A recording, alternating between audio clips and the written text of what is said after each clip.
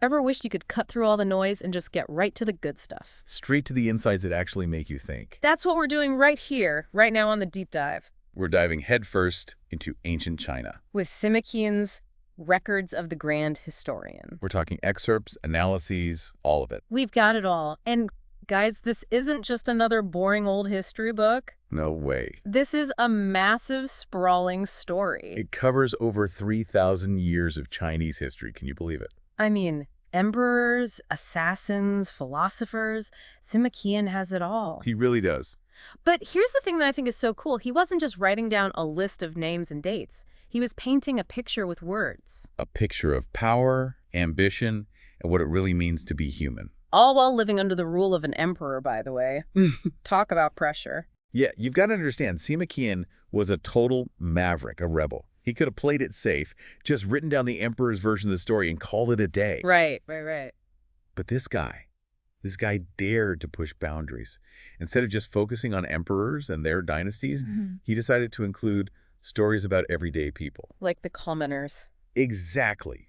Rebels, even people who were considered barbarians back then. He was really willing to, go there, huh? It's like, hey, emperor, I'm going to tell the whole story whether you like it or not. That's pretty gutsy. It really is. And, his dedication to this, it came at a huge cost, a personal cost. What do you mean?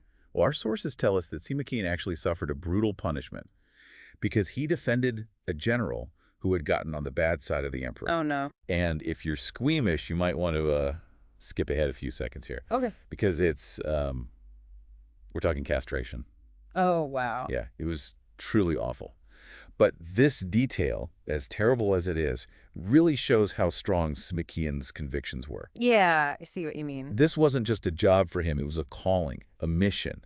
He truly believed in the power of history, in sharing these stories, even when it meant incredible sacrifice for him. So I can see why it's important to talk about him, but why should we care about this historian from centuries ago? What makes his life and his work relevant to us? I mean, we're living in the 21st century. It's because the questions that this guy, that Simekian, was dealing with, they're timeless. What do you mean? What is the nature of power? What makes a good leader? What does it even mean to be human?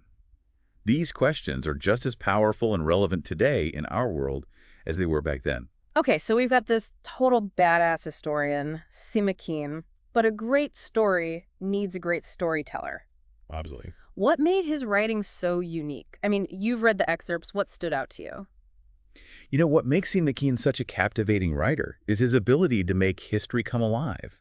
He doesn't just give you a boring list of names and dates. Right. He gives you characters with depth, flaws, and you can really understand their motivations. You feel like you're right there with them, experiencing history firsthand. So how does he do that? Give me an example. Okay, take Emperor Wu, for example. Simekian could have easily just said he was powerful, and he could be kind of a jerk sometimes, right? But instead, he throws in this little detail, almost like a little aside. He mentions that Emperor Wu once received one of his top generals, while he was lounging on his bed. What? It's not this, huge dramatic scene or anything. Yeah, right. But it speaks volumes about his personality. Yeah. Okay, yeah, I can see that. It's like, yeah, you're an important general and all, but I'm still the emperor, so I'm going to be super comfy while we have this little chat. Exactly. So those little details. Or take Liu Bang, the founder of the Han Dynasty, for example. Someone once compared him to these notoriously cruel rulers, Ji and Zhu. Uh-oh. And you know what his reaction was? What? He just laughed it off. Yeah. Yeah, Denaya didn't try to defend himself, almost like he thought it was kind of funny. That's chilling. It really makes you think about the man behind the crown, right? And that's what Simekian was so good at. He understood that if you really want to understand history, you have to understand the humanity of the people who shaped it. Their flaws, their complexities. That's what makes his work so enduring. Because he connects us as readers to these, larger-than-life figures on a personal level. Yeah, it's like he's saying, these weren't just emperors and generals. They were real people who made choices, good and bad, that shaped the course of history. And those choices, those dilemmas, that's what makes this stuff so fascinating to read, even thousands of years later. Because they offer these timeless lessons about power and leadership and, the human condition. So let's talk about those lessons. What can we actually take away from these stories? Well, one of the big ones is how seductive and dangerous unchecked power can be. Oh. Look at Qin Shi Huang, the first emperor of China. He was the one who unified the country, standardized weights and measures, even started building the Great Wall. Oh, wow. So he sounds like kind of a big deal. He was, but he was also obsessed with immortality, paranoid about people trying to kill him, and he was absolutely ruthless in silencing anyone who dared to question him. So kind of a mixed bag. To put it lightly, he launched these massive construction projects. He had scholars executed for disagreeing with him. Simekian doesn't shy away from showing the brutal side of his reign. And the lesson there being. That absolute power corrupts absolutely. I mean, think about it. Qin's dynasty fell apart just a few years after he died. It's a stark reminder that even the most brilliant, the most ambitious leaders can be corrupted by power. So it's not enough to just get power. You have to know how to use it responsibly. Exactly.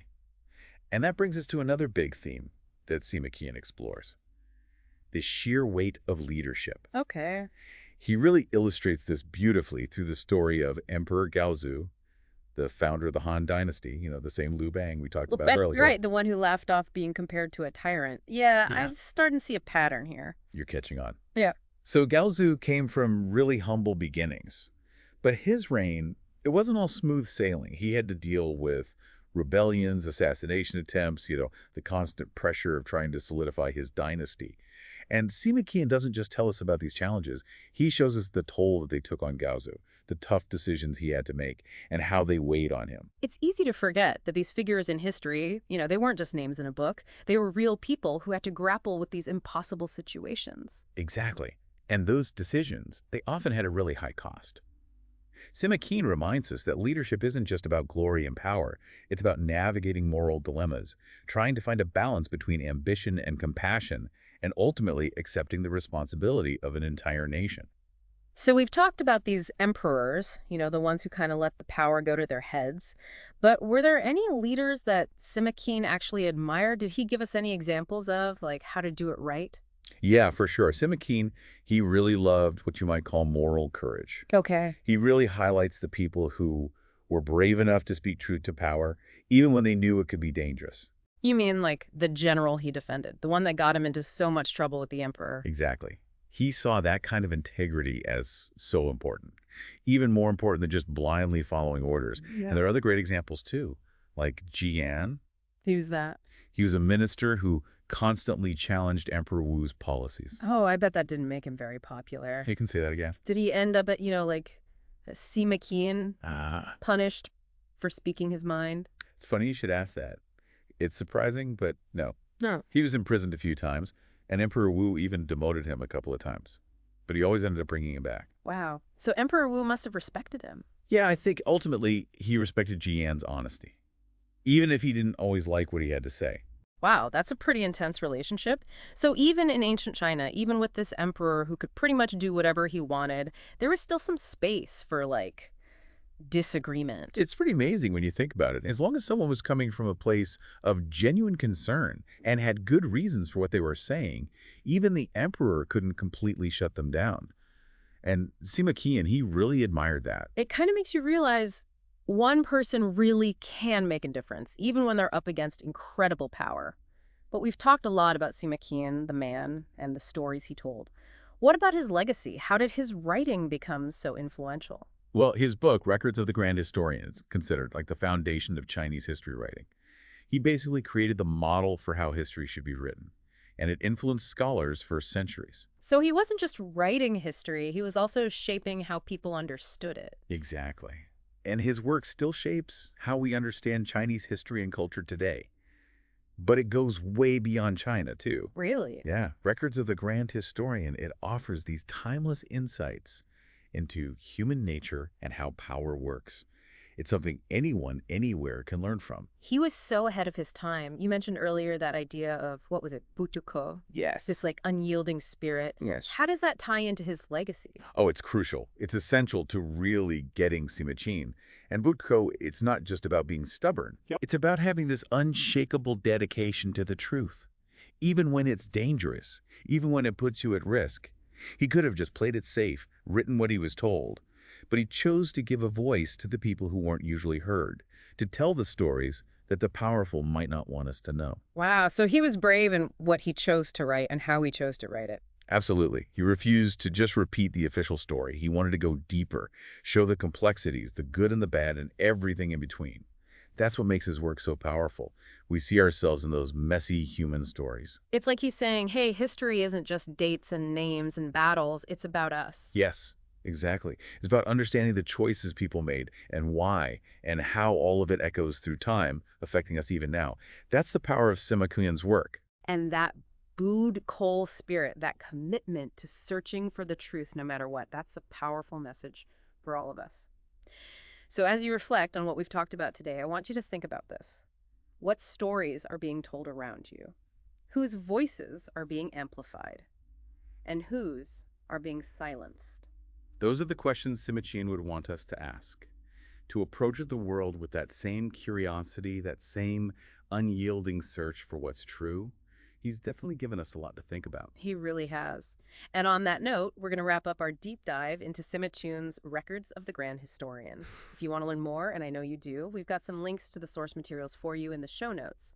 Until next time, keep exploring, keep asking those tough questions, and keep that Buddhist spirit alive.